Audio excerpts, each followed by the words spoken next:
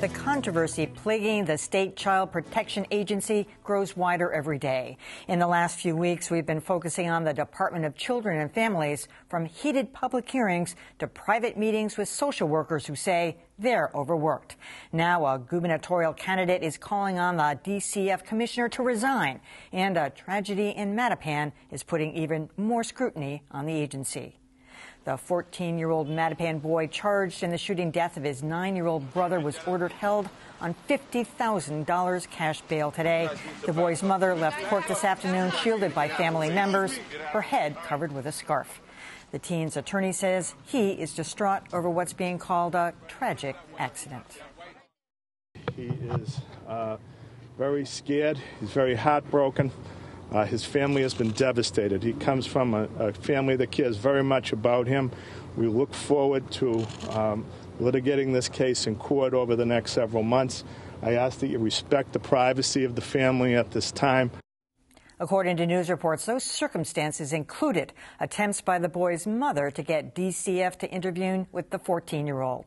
She says those requests went unanswered. But today, Governor Deval Patrick said caseworkers made multiple visits to the Mattapan home and unsuccessfully sought custody of the 14-year-old late last year. This case adds a new layer of scrutiny to a state agency under fire since the disappearance and presumed death of 5-year-old Jeremiah Oliver of Fitchburg.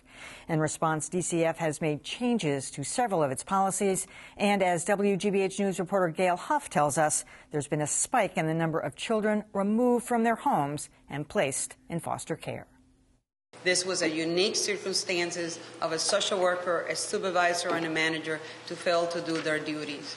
Olga Roche, Commissioner of the Department of Children and Families, made a rare public appearance at the State House last month, answering questions about the disappearance of 5-year-old Jeremiah Oliver while under DCF care. Explain to me, if you can, how it was that the department lost track of this little boy for months and months and months. In response to the Oliver case, Commissioner Roche publicly disclosed a new policy for her agency. I directed the staff to screening for investigation all allegations of abuse and neglect involving children aged 5 years or younger that were living with young parents or parents of any age who have a history of substance abuse, domestic violence, mental health issues, and unresolved childhood trauma. She's ordered social workers like Christian King to skip what's called the clinical discretion phase during a home visit. It's automatic screening and investigation,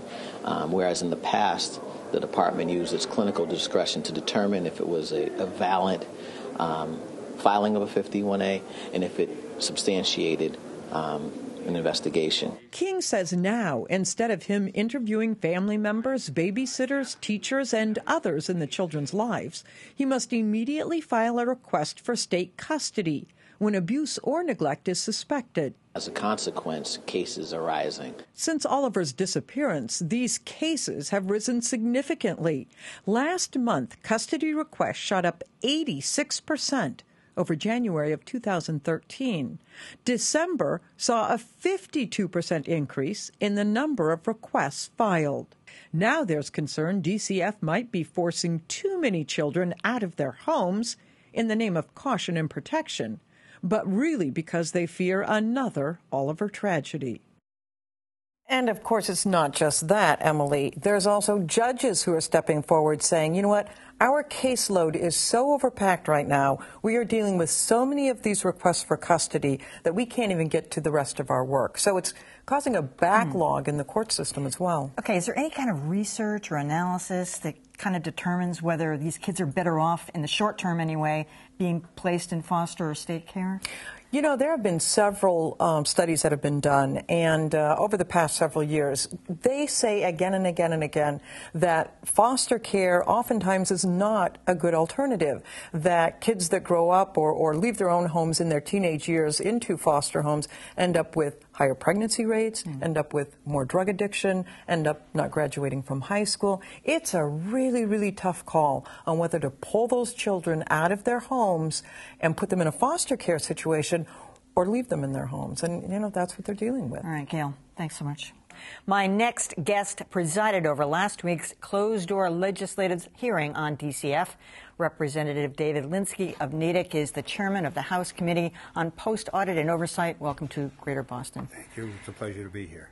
David, is there anything you can tell us? I know it was a closed-door hearing, but the nature, the line of questioning to Commissioner Roche.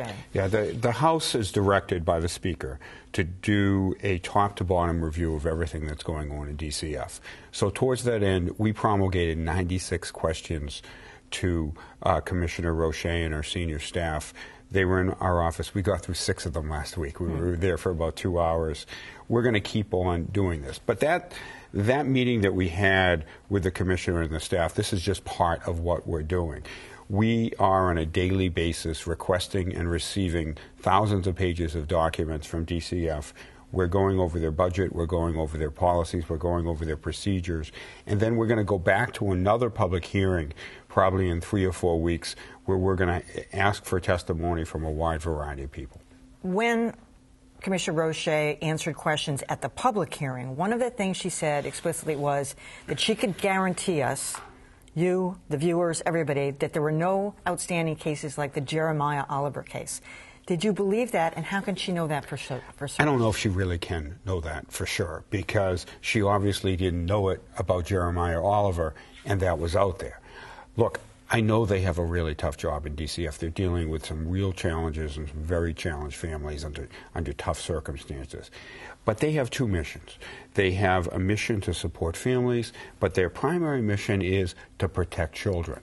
And they have tough calls to make sometimes, like you said, about whether or not to remove those kids from a home and put them in a foster home situation or keep them there and support them.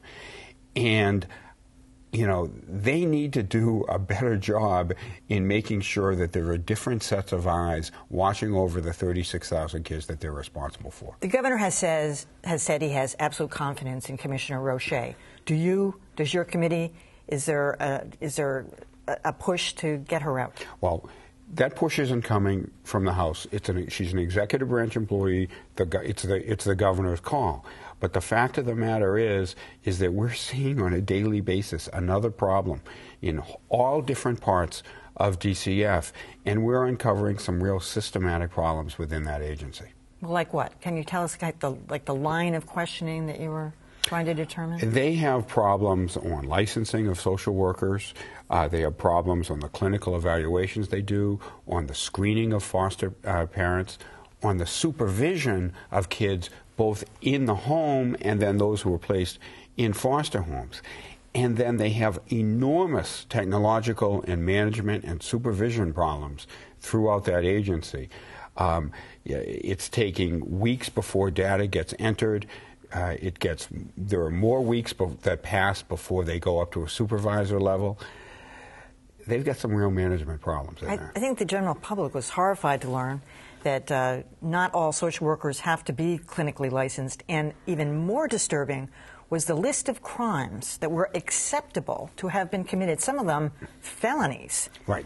That foster parents could have committed and still qualify. I'm equally horrified. And so we got preliminary data late Friday afternoon about the number of foster homes that have convicted criminals in there.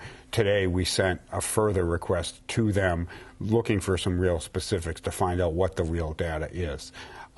I'm hoping they can tell us, because frankly, one of their real challenges is actually keeping their records and being able to produce the reports that we ask for. Well, point blank, do you have confidence in Commissioner Roche? I don't know yet. Well, we haven't finished what we're doing. I try not to prejudge these things. I let the facts lead us wherever the investigation is going to go, and then if the governor wants to make that call, that's his call. I mean, historically, DCF, and it's been under a whole bunch of different names, people have gotten pushed out over high-profile cases. I mean, it's one after the other after the other. There's been a couple who left on their own. But is ultimately the buck stop at the door of the commissioner? I mean, aren't these things going to go on? You can't control somebody bringing a gun into your house and shooting a 14-year-old shooting a 9-year-old. I mean, isn't there some parental responsibility here as well? Well, actually, the buck stops with the governor, quite frankly. This is the executive branch. And the DCF commissioner reports to the Secretary of Human Services. The secretary reports to the governor. We can't dismiss the problems that we've seen throughout both that agency and other HHS agencies over the past few years. All right. Representative David Linsky, thanks so much you for coming in. Thank you very much. Appreciate it.